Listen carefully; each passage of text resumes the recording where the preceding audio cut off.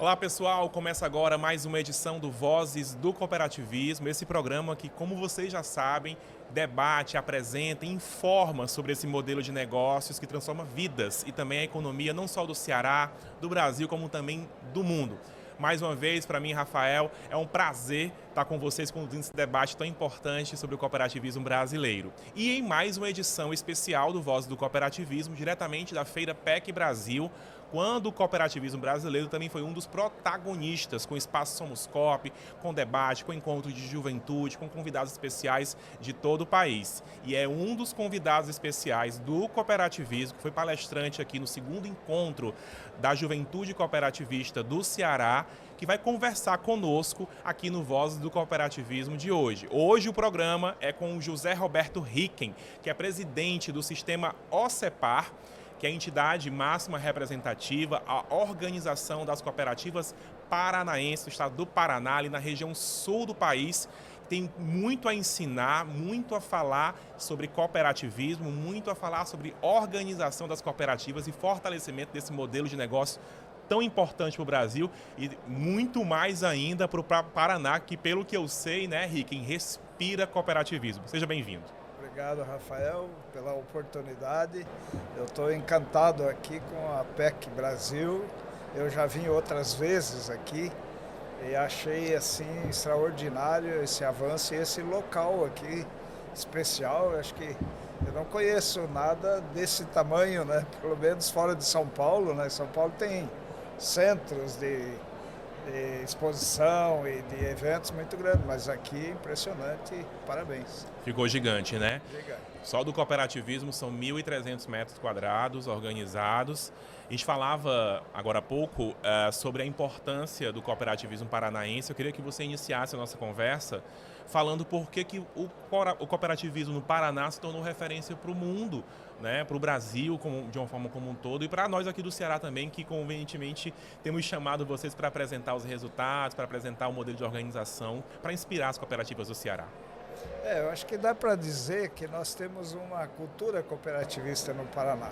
Historicamente, o cooperativismo já há mais de um século, ele permanece forte no estado do Paraná. E a origem disso tudo veio com os imigrantes que vieram para o Paraná, né? Então, o sul do Paraná, que é a região mais próxima a Curitiba, foi onde essa colonização ocorreu. Então, são pessoal que veio dos Países Baixos, né, da Holanda. Tem 3 grandes cooperativas que deram essa origem. Os Suávios, que são de cultura alemã, para Guarapuava, que é no centro do Paraná. Os eslavos, né, ucranianos e poloneses que vieram para a região de Prudentópolis, que é uma região que tem muita gente. Também os japoneses que vieram para o sul do Paraná e norte do Paraná. Então começou assim, isso há 100 anos. Sim. A cooperativa mais antiga tem 100 anos, fez 100 anos no ano passado. E começou assim, isso influenciou outras regiões. Então nós temos talvez uma pequena diferença, é que lá tem um cooperativismo que foi planejado. Então lá começou em 1971, tinha algumas cooperativas isoladas, mas aí foi estruturado um cooperativismo que na época se chamava PICOP, que era um planejamento integrado do cooperativismo do Paraná. Muito interessante. Muito interessante, sim. Nós temos 3 regiões do Paraná. O norte do Paraná, a colonização é paulistas, mineiros, muitos nordestinos, né, que vieram para o Paraná para cultivar café. Então é uma região. O oeste do Paraná e sudoeste, que é aquela região próxima a Foz, é o pessoal que veio do sul, do Rio Grande, Santa Catarina. Eles trouxeram também já uma experiência de cooperativa. A região norte foi criado um cooperativismo para atender os produtores de café. Então, na prática, no Paraná, o que vale para Cambará, que é na divisa com São Paulo, não vale para Capanema, que é a divisa com a Argentina. Então, essa divisão em 3 regiões, trouxe um cooperativismo diferenciado no Paraná. E hoje bem estruturado e com um valor econômico bem significativo. Vamos falar então desses números, né? Vamos falar do tamanho do cooperativismo paranaense nesse momento. A gente tem os últimos dados publicados em 2025. Hoje são quantas cooperativas organizadas lá? No final de 2025 eram 255 cooperativas, de 7 ramos de atividades. Então nós temos cooperativas agropecuárias, que são as maiores. Em termos econômicos, 84% do cooperativismo é na agropecuária. Nós temos um cooperativismo de crédito que está crescendo muito, que está aqui também, na região Nordeste. São cooperativas hoje de livre admissão, que qualquer pessoa pode ir numa cooperativa de crédito e se associar, se tornar um cooperado.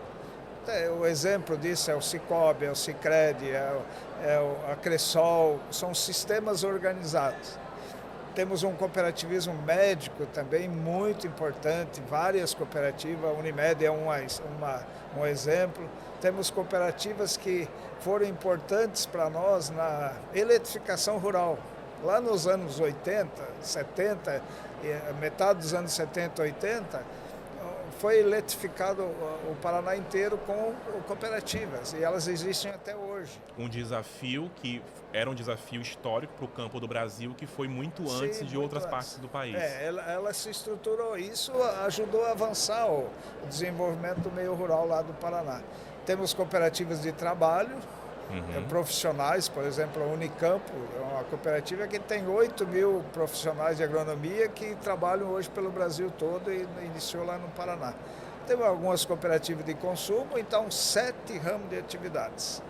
Juntas, elas faturaram em 2025 223 bilhões de reais. Isso é mais que o dobro do orçamento do governo do Paraná. Então são empresas grandes. Hoje a maior empresa do Paraná é uma cooperativa. Não é a Copel, não é a Renault, tem grandes outras empresas. É uma cooperativa em Campo Mourão, norte do Paraná, a Coamo, que hoje fatura mais de 30 bilhões por ano. Muito expressivo. Os 223 bi de faturamento das cooperativas das cooperativas de forma geral, né? Das cooperativas de uma forma geral do Paraná representam quantos por cento do faturamento do cooperativismo brasileiro, sabe estimar? 34%, um terço. É esse ponto que eu queria chegar. É um terço. Hoje o cooperativismo paranaense, portanto, lidera nesses números de faturamento o ranking do cooperativismo brasileiro? Sim. Hoje sim, esse um terço, ele realmente é o movimento mais bem estruturado economicamente no país, no Paraná. E se deve a esse planejamento que foi feito lá nos anos 70. E hoje, por exemplo, no ramo agropecuário, nós temos 82 cooperativas do ramo agropecuário, que são de produtores rurais. Sim. Elas representam hoje 84% desses 223. Então, são grandes. A Coamo é uma delas, né? Elas recebem 66%, 2/3. A cada 3 volumes de produção agrícola, 2 vêm para as cooperativas. Então, é coisa grande. E nós conseguimos estruturar uma agroindústria muito importante. Então, hoje não são mais cooperativas de agricultores, ou melhor, são cooperativas de agricultores, mas não só de agricultura. Hoje são agroindústrias. Nós temos 160 agroindústrias instaladas nas cooperativas do Paraná. Ou seja, elas beneficiam todos os produtos, entregam embalados prontos para consumo, exportação, mercado nacional também. Quantos cooperados estão organizados hoje no cooperativismo paranaense? Nós temos 4,5 milhões de cooperados. Disso aqui, nós temos que considerar que o crédito é o que tem mais gente, né? Qualquer pessoa pode se filiar na cooperativa. Com os 4 milhões de paranaenses hoje estão ligados às cooperativas de crédito. Então, hoje elas já são responsáveis por 20% do sistema financeiro no Paraná. E no meio rural, 50% do que se movimenta de crédito para os agricultores já vem dessas cooperativas. Então é uma expressão grande. Em termos de faturamento, o agro, obviamente que tem... É o que supera. Nós estamos em 150 países com produtos.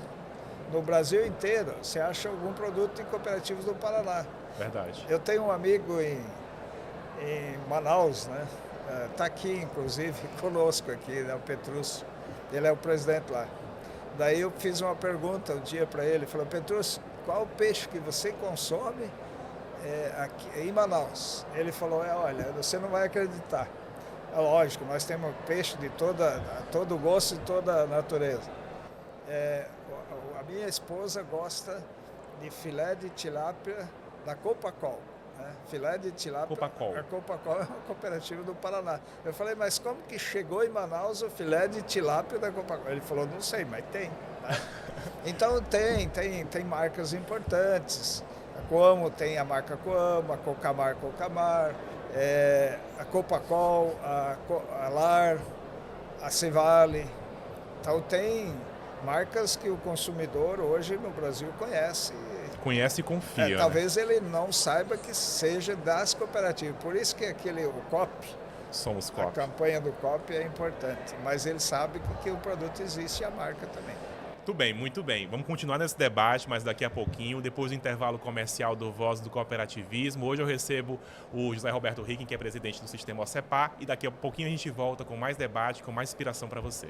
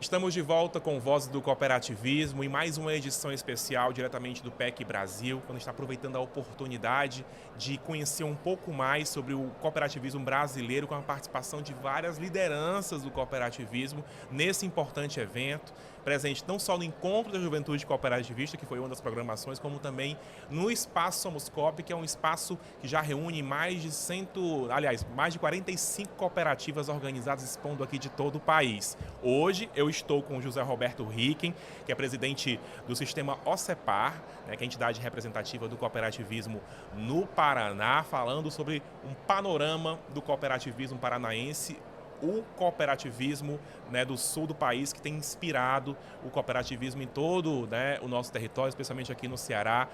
Esteve conversando com os jovens, esteve conversando aqui com outros segmentos aqui da economia cooperativista, agropecuária, falando, né, desse case que é o sucesso do cooperativismo no Paraná. Hicken, continuando o nosso debate aqui, o cooperativismo no Paraná também é muito forte quando a gente pensa a distribuição por ramos. Você falava sobre a importância do ramo agropecuário, sobre a importância do ramo crédito, mas eu percebi também que a articulação entre os ramos é um dos itens fundamentais do bom funcionamento do cooperativismo no Paraná.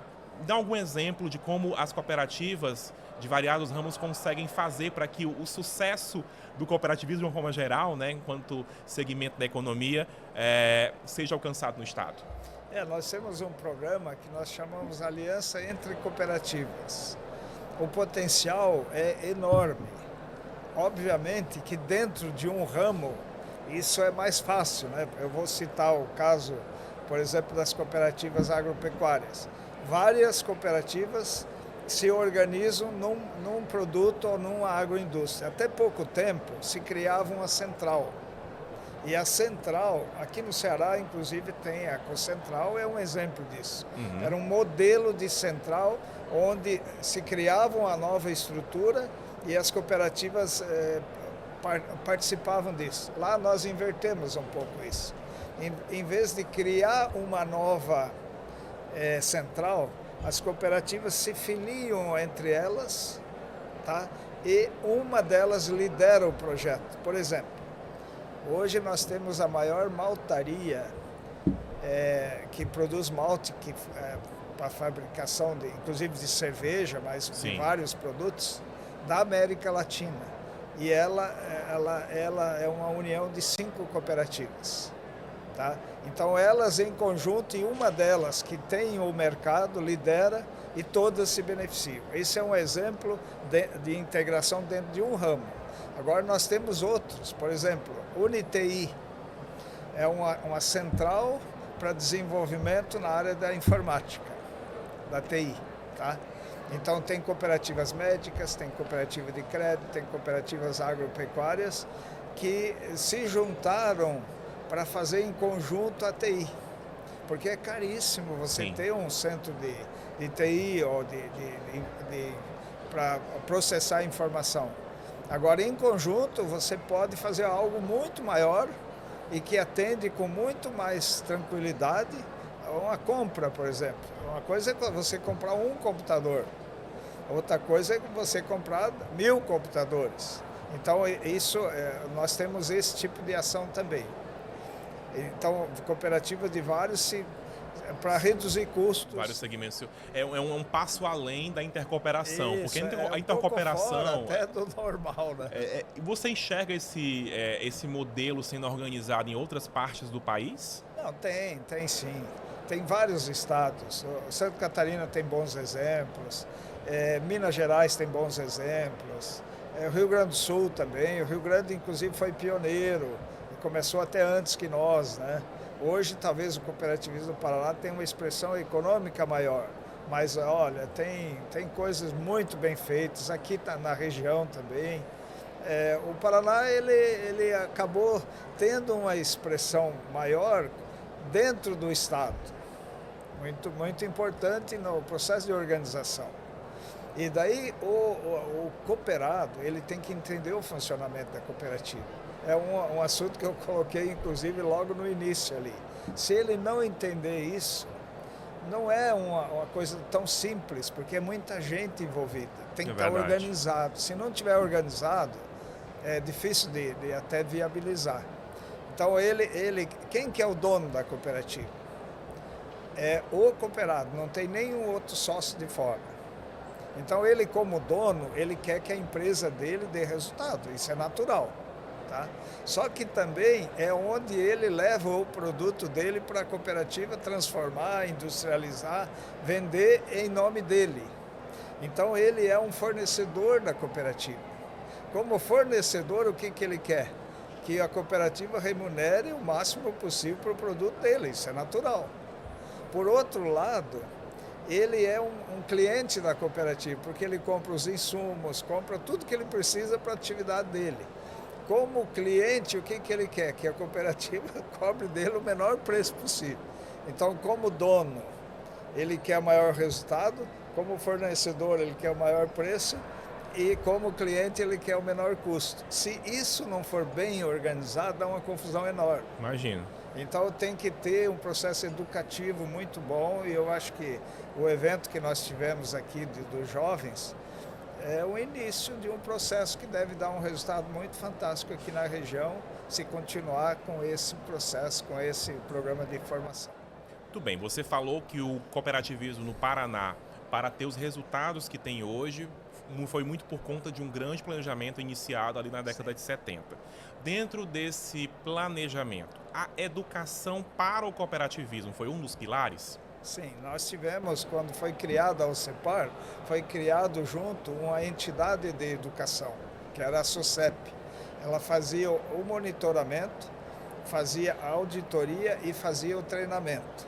mas isso ainda num grau abaixo da necessidade. Onde que nós mudamos esse perfil? Foi no final dos anos 90. E teve um cearense fantástico que nos ajudou enormemente. Olha aí. Ele estava no Ministério da Fazenda, Gerardo Fonteles. Eu não conhecia. Para nós é um herói esse homem. E foi o seguinte, 94 para 95 teve o Plano Real, tá certo? Sim. O Plano Real foi fundamental para acabar com a inflação.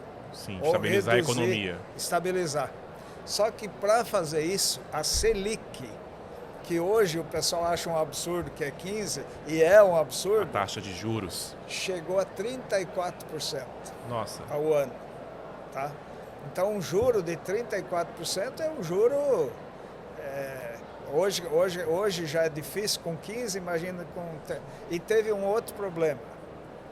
Estabilizar os preços. E foi feito aquele sistema de ORV e tal, para estabilizar os preços. O que aconteceu? A tua receita estabilizada e o teu custo financeiro exorbitante. Isso em 95. Em 99 nós estávamos todos quebrados. Literalmente insolventes. E daí nós fomos... o Paraná tem uma outra diferença, que desde 90 nós instituímos um programa de autogestão lá. Tá, o que é isso? É você monitorar o desempenho da cooperativa. Hoje, desde janeiro de 91 até hoje, mensalmente, a cooperativa fechou o balancete, ele já cai automático no nosso sistema e nós geramos 40 índices. Sem identificar qual é a cooperativa tem um código. E ela pode se comparar com a melhor, com a média, com a pior e etc. Uhum. E nós levamos isso para o governo. Era o Pedro Parente, era o ministro da Casa Civil, o Fernando Henrique era o presidente, e o Gerardo Fonteles era o secretário de Economia do Ministério da Fazenda. E o Gerardo foi, no Paraná, ele foi presidente da companhia que era CFP na época, né? E ele conhecia as cooperativas. E nós levamos o Pedro Parente para conhecer e o Gerardo Fonteles para ver, né? E eles chegaram à conclusão que tinha que ser feita alguma coisa. Daí essa história ninguém contou, é uma coisa que a gente viveu. Daí foi o seguinte, pelos nossos números nós calculamos a situação de todos os cooperativistas do Paraná. E com esses números nós pleiteamos um programa que era o RECOP, que era um programa de revitalização do cooperativismo no Brasil. Nossa, que grande estratégia, né? Muito, muito importante e com números. E o Gerardo via isso. Na década de 90. 90. Em 99, em setembro, foi lançado... Então, o que foi lançado uma medida provisória que estabeleceu esse programa. Daí, o que aconteceu? Nós fomos no Pedro Parente. O Pedro Parente falou, não, nós já definimos uma pessoa que vai cuidar desse assunto e foi o Gerardo Fonteles. O pessoal aqui conhece ele. E ele falou, olha, vamos fazer o seguinte, nós vamos fazer esse programa, mas vocês vão ter que se profissionalizar. Eu lembro ele falando isso assim como se fosse hoje. Daí vocês vão ter que achar um recurso para isso. O governo não vai fazer isso, vocês vão ter que fazer. Daí a gente sabia que nós recolhíamos 2,5% da folha de pagamento para o Sistema S. Uhum. E nós não tínhamos um retorno, nem sabia quanto que era. Nós identificamos isso e levamos para o governo, falamos, nós temos o recurso, esses 2,5%, basta o governo nos permitir organizar um sistema que é o SESCOP, que nós temos aqui, né? Que é o S do cooperativismo. Que é o S do cooperativismo. Ó, no Paraná, eu falo pelo Paraná, nós não precisávamos nos imobilizar, nada, tá? Por quê? Porque já tinha as estruturas das cooperativas. Hoje nós conseguimos aplicar 92% desse recurso na atividade fim, que são 3 assuntos. Monitorar, esse monitoramento que a gente fazia já aperfeiçoado, treinar e fazer a promoção social. Só de treinamento Nós investimos no ano passado 150 milhões. Eu vou voltar nesses números com você. Bom. E essa bonita história da criação do Sescop eu não conhecia. A gente vai voltar nela daqui a pouquinho para a gente encerrar esse tópico. Mas depois do nosso intervalo. Temos que fazer mais um intervalo no Voz do Cooperativismo. E voltamos já já com o Ricken aqui, que representa o Paraná e o cooperativismo do Paraná. Não sai daí.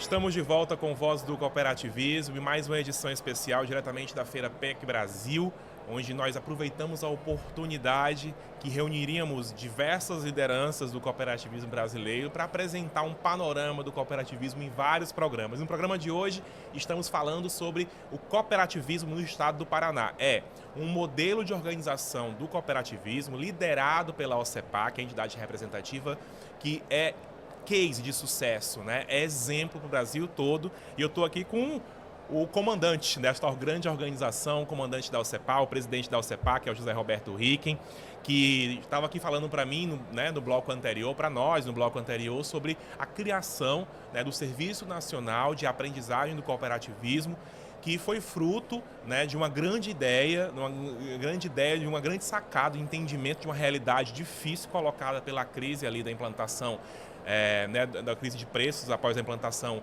do Plano Real, que de um lado estabilizou a economia, mas de outro, né, deixou uma dívida, né, lá para os produtores no que se tinha como custo, né, da produção. Então, o Sistema Nacional de Aprendizagem no Cooperativismo nasceu depois de uma crise e, pelo que você estava falando, hoje é um dos carros-chefes, né, do próprio desenvolvimento do cooperativismo. Vamos retomar esse ponto. Você falava de um grande investimento, né, como o cooperativismo no estado do Paraná, né, funciona a plenos pulmões, as entidades são sustentadas pela própria OCB, né, e aí todo o investimento que chega lá nos 2,5% descontado da folha de pagamento, que chegam, né, ao Sescop Paraná, são investidos nas cooperativas e no desenvolvimento delas. Vamos detalhar um pouquinho sobre isso. Okay. Esse não é um recurso público, esse é uma contribuição que as cooperativas e as empresas também fazem, cada um no seu setor, né, para o Sistema S. Todo empregado brasileiro. E todo empregado brasileiro. E no início até ficou assim um mal-estar com os outros S. Eles achavam que nós estávamos usando o recurso deles, e não era recurso das cooperativas. E uma questão de justiça. Sim, se havia um segmento da economia, assim como eles todos são, precisava de ser direcionado. E tinha o seu sindicato, então tinha todas as condições. E hoje nós somos parceiros do Sistema S, do Senai, do SESC, do SEBRAE, de todo o sistema. E nós compomos um sistema que, se não fosse isso, dificilmente a gente avançaria em termos de tecnologia, inclusive. Porque imaginar que o governo vai poder fazer isso não iria. Com recurso público, isso é inviável.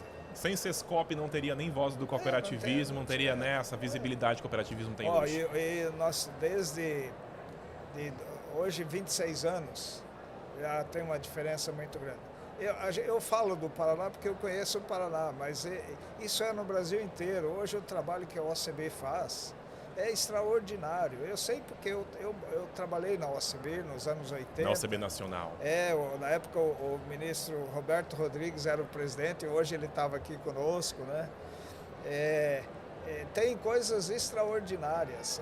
Eu penso assim, Nós precisamos usar um pouco da educação cooperativista para mostrar para a população, no meio urbano, no meio rural, o quanto é possível se organizar e resolver os seus próprios problemas para não depender tanto de uma estrutura pública.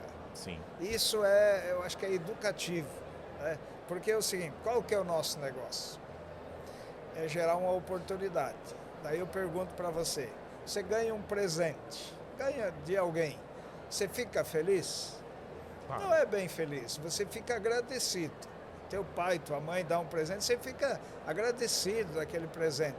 Agora, se ele te der uma grande oportunidade para você crescer, você vai se sentir muito feliz. Então, as pessoas não querem ganhar coisas, eles querem conquistar. E o cooperativismo tem isso, sabe? Então, agora, nós temos lá 154 mil empregos, empregados, né, das cooperativas do Paraná. Tem 12 mil vagas em aberto. É mesmo? 12 mil que você não acha gente suficiente. E daí nós fizemos uma proposta para o governo, né? Permitir que a pessoa que tem o seu benefício social do governo possa trabalhar sem perder o benefício. Isso a nível federal? Sim, a nível federal. Por quê? Porque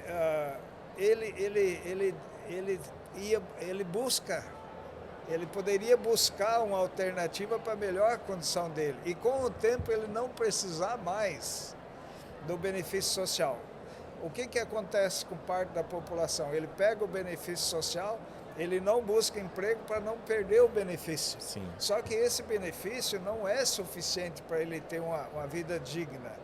É um paliativo que o governo possibilita para a pessoa não morrer de fome. Isso. Mas ele não vai crescer com isso. Então, se o governo permitisse, pelo menos por um período, né, a pessoa e teria mais gente para trabalhar. E como é que está essa proposta? Foi apresentada, chegou a ser apresentada no Legislativo também? Tem uma proposta no Legislativo, mas ela não está evoluindo. Eu acho que nós devíamos estudar melhor isso. Eu não sou contra que o governo tenha que dar um benefício social, tem gente que precisa. Então, não é justo a pessoa entrar na miséria, mas não é suficiente. Sim. E se a gente educasse as pessoas, que elas pudessem buscar trabalho, no nosso caso lá no estado, talvez essas 12 mil vagas não existiriam. Sim. Voltando um pouquinho na questão da cultura cooperativista, a gente falava no começo, você trazia, narrava, né, como o cooperativismo do Paraná se desenvolveu, se planejou e bebia muito no berço da própria, né, imigração. Sim, em que no início, né? A gente tinha ali também valores que foram meio que um bom alicerce para fazer uma boa analogia do desenvolvimento posterior do cooperativismo paranaense, que completou 100 anos em 2025. Agora eu vou fazer um desafio.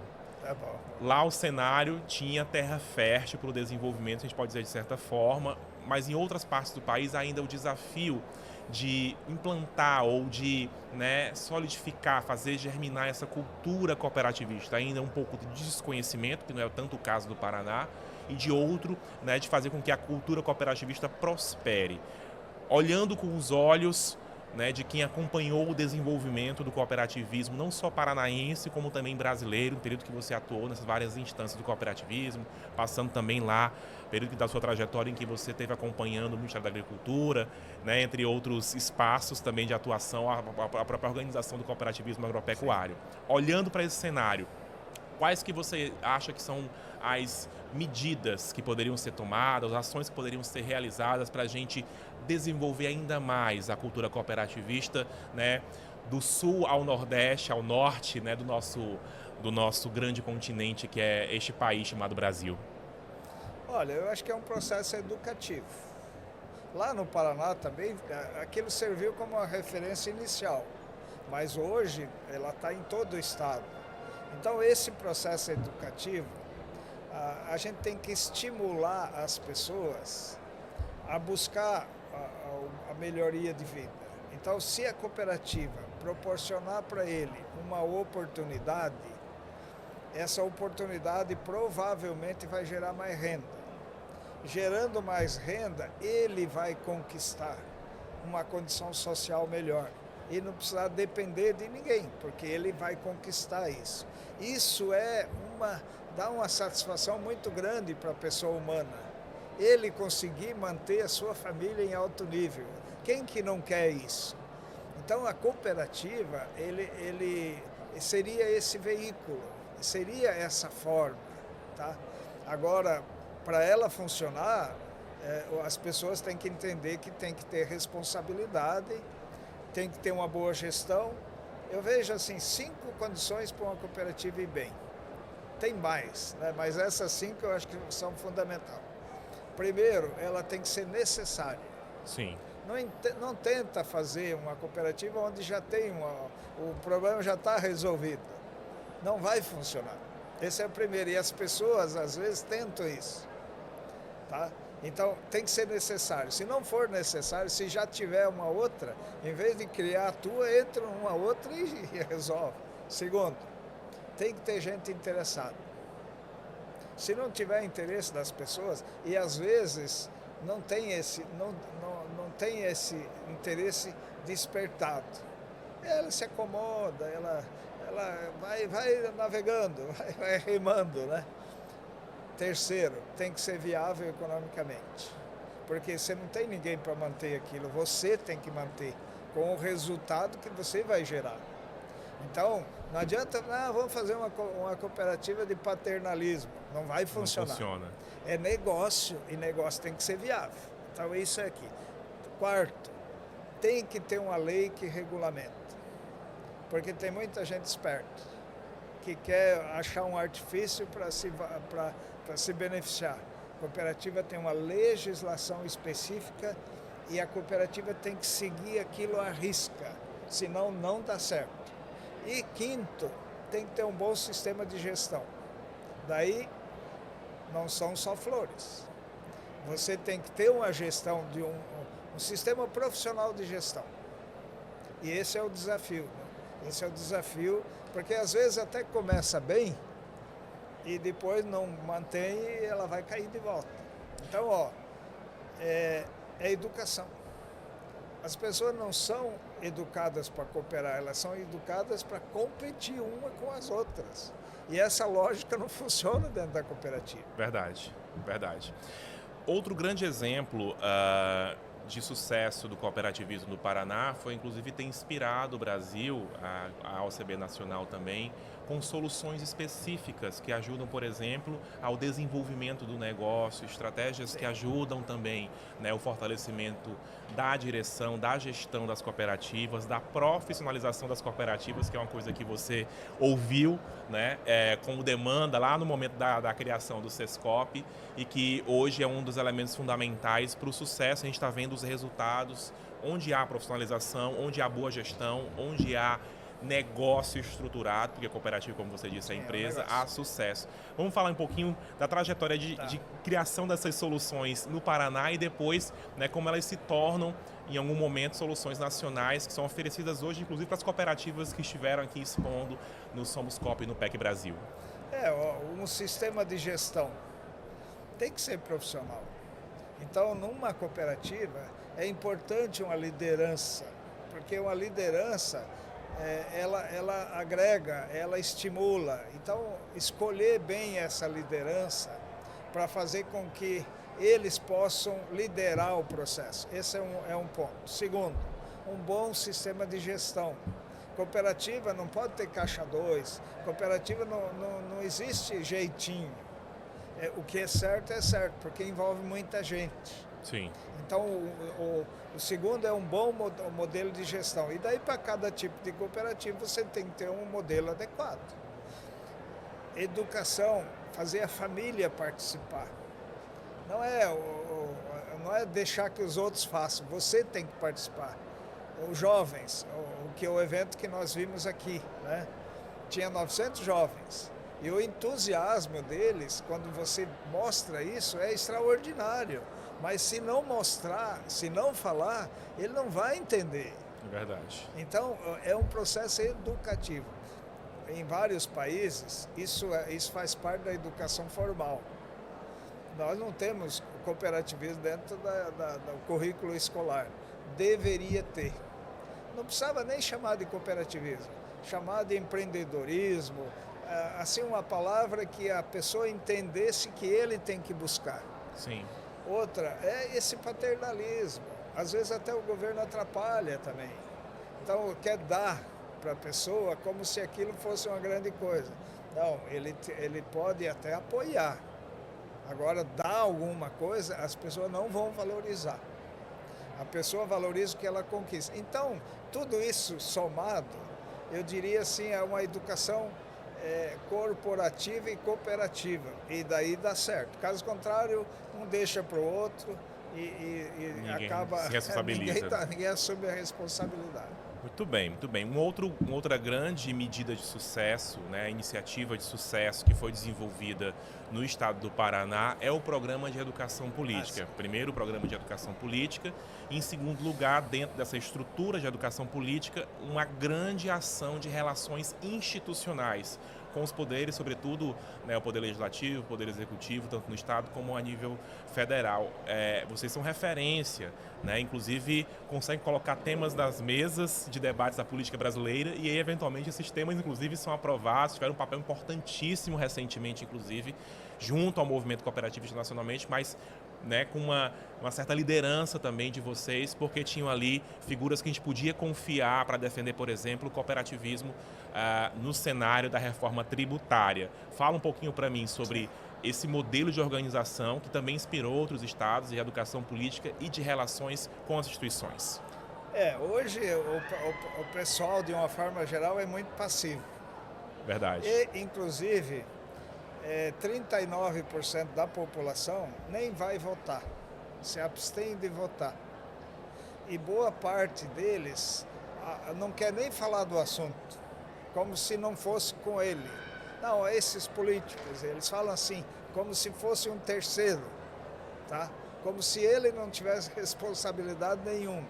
Então passa a ser só um crítico. Na prática, nós temos que inverter essa lógica. Se você quer algo bem organizado, você tem que fazer a tua parte. E daí nós lançamos em 2018 um programa que nós chamamos de Educação Política. Tá? É conscientizar as pessoas de que eles têm que exercer o direito do voto. E isso é sagrado. Se ele escolher errado, ele vai ter consequências. Na própria vida. Na própria vida, não é nas empresas, na vida sua. Então nós trabalhamos isso e fomos fazendo campanha e esse negócio foi, o número de pessoas foram se conscientizando. Esse é o primeiro. A segunda, se você escolheu bem a pessoa, você tem que acompanhar para ver se ele está fazendo aquilo que é necessário fazer. Aquilo que ele prometeu fazer. Prometeu, porque prometer na eleição e depois esquecer, daí todo mundo faz isso, o pessoal nem vai votar, os caras só prometem. Não. Daí é o seguinte, acompanhar. E daí nós montamos, a OCB Nacional montou um programa de acompanhar as decisões no Congresso Nacional. Uhum. E daí nós assumimos um compromisso. Né? Aquele que eu votar, e se ele apoiar o que nós precisamos fazer, ele apoiar as iniciativas, nós temos a obrigação de apoiá-lo também. Então essa junção desse formato criou uma consciência maior das pessoas em relação ao processo político. E daí nós fizemos, como que a gente fez isso na prática, né? Não é só no discurso. Nós criamos um modelo, uma rede, onde as pessoas acessam para ter a informação correta. Todo mundo fala em fake news agora, né? Sim. Fake news é uma tradução de inverdade ou notícia falsa. Notícia falsa, tá? Então nós temos que saber o que é falso e o que é verdadeiro. E quando você começa a checar isso e as pessoas estão dentro de um modelo, de uma rede de WhatsApp, que ele confia, você coloca essa informação e ele sabe, ele passa a ter a informação e isso é uma corrente favorável. Se ele tem a informação, ele sabe em quem ele pode votar e em quem ele não deve votar. Uma corrente de credibilidade também. Isso, credibilidade. É uma checagem. Então é o seguinte, esse negócio de direita, esquerda, a retórica. O que é direito, o que é esquerda? Devia ser o que é certo e o que é errado. Então todo mundo tem preferência. Nós não vamos fazer campanha política, nós não vamos indicar ninguém, não vamos fazer campanha para candidato, nós vamos levar a informação lá na ponta para que as pessoas saibam o que está certo e o que está errado. E ela decida qual a melhor opção dela. Então nós começamos assim, 2018, naquela eleição, nós colocamos nessa rede 1 milhão de pessoas. 1 milhão de pessoas. 1 milhão de pessoas, de 200 milhões que nós temos ainda era pouca coisa. Em 2022 foram 2 milhões e 100 numa rede. Sim. No Paraná só. Somente e daí no Paraná. a OCB faz isso a nível nacional. Tá? E a nossa meta para 2026 é chegar a 3 milhões. Nossa. Nós temos 4 milhões e 500 pessoas ligadas ao cooperativismo.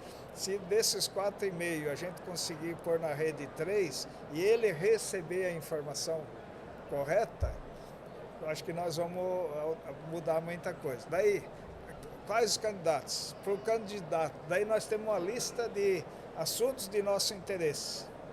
As propostas do cooperativismo. Propostas. Daí o candidato que quer apoiar essas propostas, ele vai manifestar, eu quero participar disso, eu aceito essas propostas. Tá, então ele entra, o que a gente faz? A gente informa dentro da rede que esses candidatos apoiaram essas ideias. Assumiram compromisso. Numa primeira eleição, a gente tem que apostar. Você já sabe aqueles que estão... Aquele sujeito que vai a primeira vez ali. A primeira vez daí é o seguinte, você vai acreditar e vai apostar. Na segunda vez você vai falar, esse cara prometeu e não fez. Já tem aquele Não, período ali de cobrança. E o pessoal olha, é sério esse negócio, parece uma utopia, mas está evoluindo. Nós fizemos agora, daí nós treinamos o pessoal das cooperativas, fizemos um MBA a nível internacional. Vamos ver o modelo de lobby americano, por exemplo, que é bastante avançado, mas é financeiro. Daí a legislação eleitoral proibiu que as empresas fizessem doação, pessoa jurídica. E daí nós não fazemos doação para ninguém, mas nós orientamos o nosso público para que ele possa votar. Parece uma utopia, mas está dando certo. Então e eles reconhecem, os candidatos que entram nisso, têm reconhecido que isso é um trabalho importante. Funciona, né, digamos assim, de cima para baixo, do núcleo que é a OCEPAR e o seu núcleo de relações institucionais e educação política, formando essa rede, organizando, recepcionando, no caso específico das candidaturas, as demandas e aqueles que assumem, né, o compromisso com o cooperativismo, mas também funciona para pressionar, funciona de volta para pressionar a classe política. Os 2 milhões atuais, os 3 milhões futuros, foram fundamentais em grandes momentos em que o cooperativismo precisou que o CPF do cooperado ou do empregado do cooperativismo fosse lá, tanto do médico da Unimed como o produtor rural da rede da Coamo, que foi lá e disse, olha, deputado fulano de tal, o senhor ou a senhora precisa votar a favor do ato cooperativo na reforma tributária. Me conta como foi esse movimento e se ele deu certo também. Eu acho que nós tivemos êxito.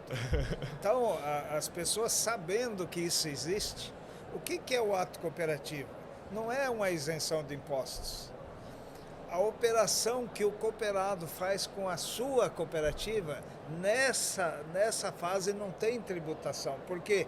Porque não tem valor transferido. Uhum. Então, a cooperativa é minha. Eu vou entregar o meu produto para ela comercializar por mim. Eu não vou pagar imposto nessa aqui. Quando o produto é vendido da cooperativa para o mercado, ele é igual aos outros produtos. Não dá para separar. Esse é de cooperativa e esse não é. Então, no Paraná, no ano passado, nós recolhemos 5 bilhões de reais em impostos.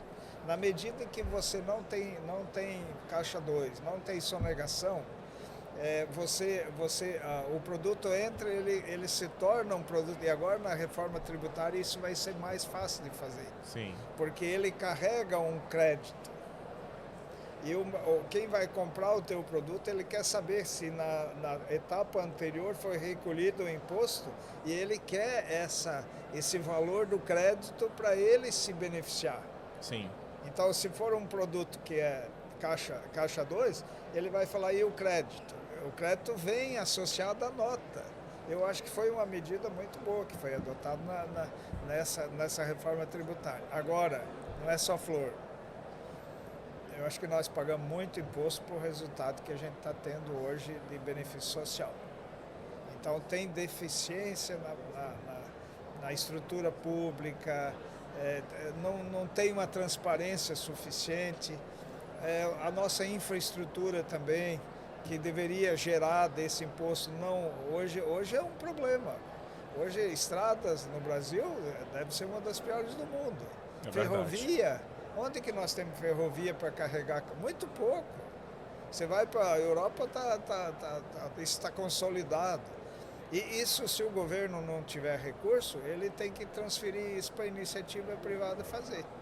Então, assim, a nossa parte a gente pode fazer. Agora, fora do negócio, a dificuldade às vezes é enorme. Não é só maravilha, é difícil mesmo.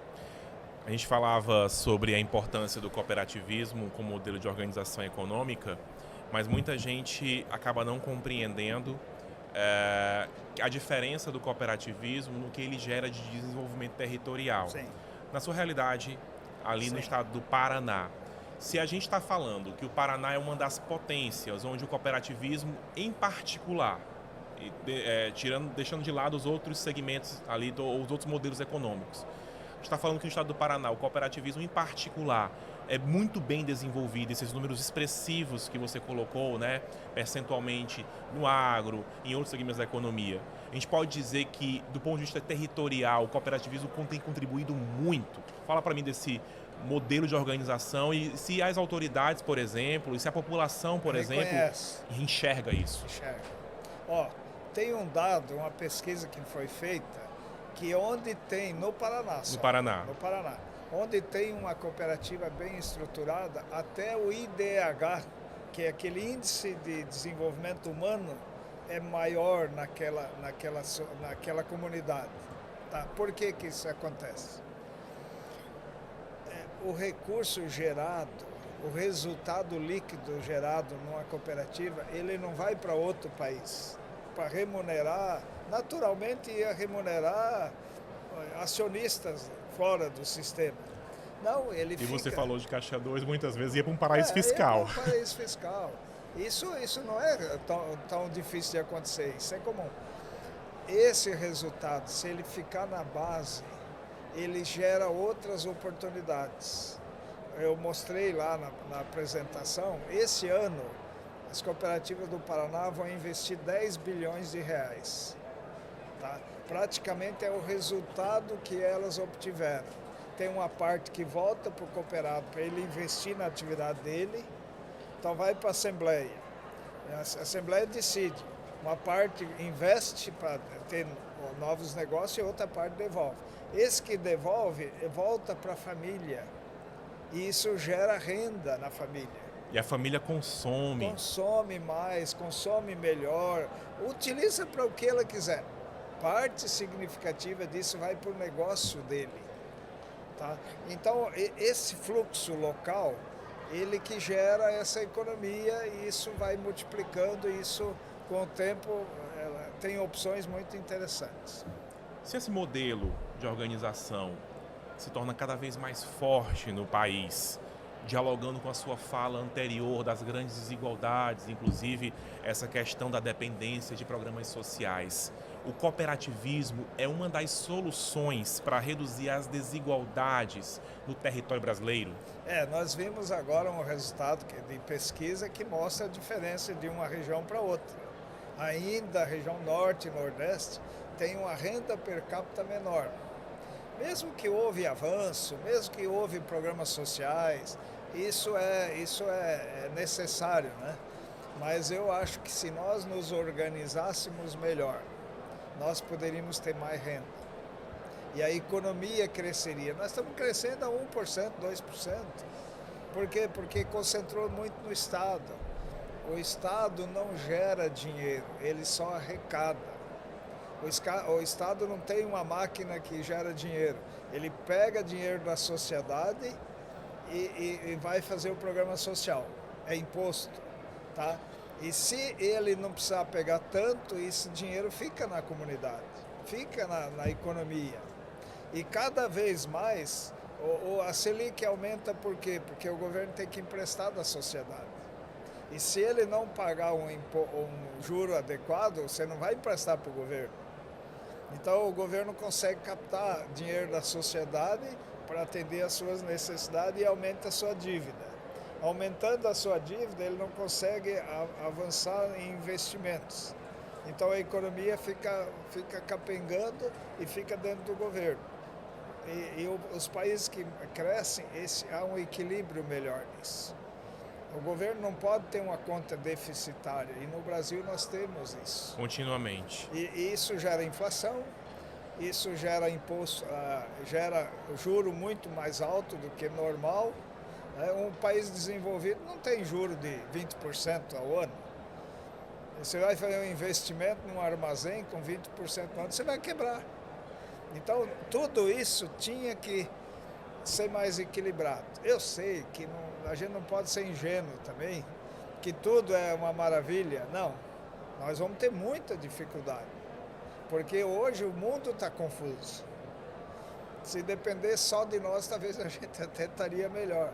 Mas hoje tem 62 conflitos aí, e isso gera dificuldade em toda a natureza. A instabilidade geopolítica tem sido um desafio mesmo.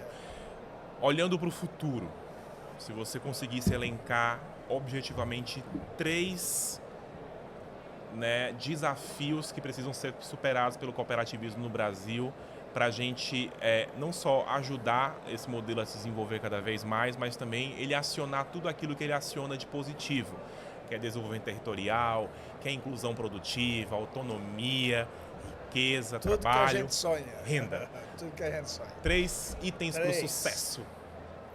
Investir mais em educação, inclusive educação financeira, educação política, não só educação, o cara ser alfabetizado ou ter uma profissão, educação financeira. O crédito, as cooperativas de crédito começaram a fazer isso. Sim. As pessoas não têm noção de juros, não sabem fazer uma conta elementar de quanto custa o dinheiro. Não.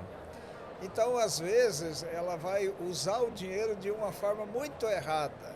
E se ela usar, ela vai pagar por isso. Então, eu acho que tinha que ter, dentro do processo de educação, a educação financeira. Eu acho que isso é. Então, investir em educação. Investir em infraestrutura básica. E a pessoa física, ou a pequena empresa, não vai conseguir fazer isso. Então tem que ter um fundo para investir na infraestrutura. De transporte, rodovia, ferrovia, porto, tudo que for necessário para que as condições fossem melhores. E terceiro, uma reforma tributária que fizesse realmente justiça,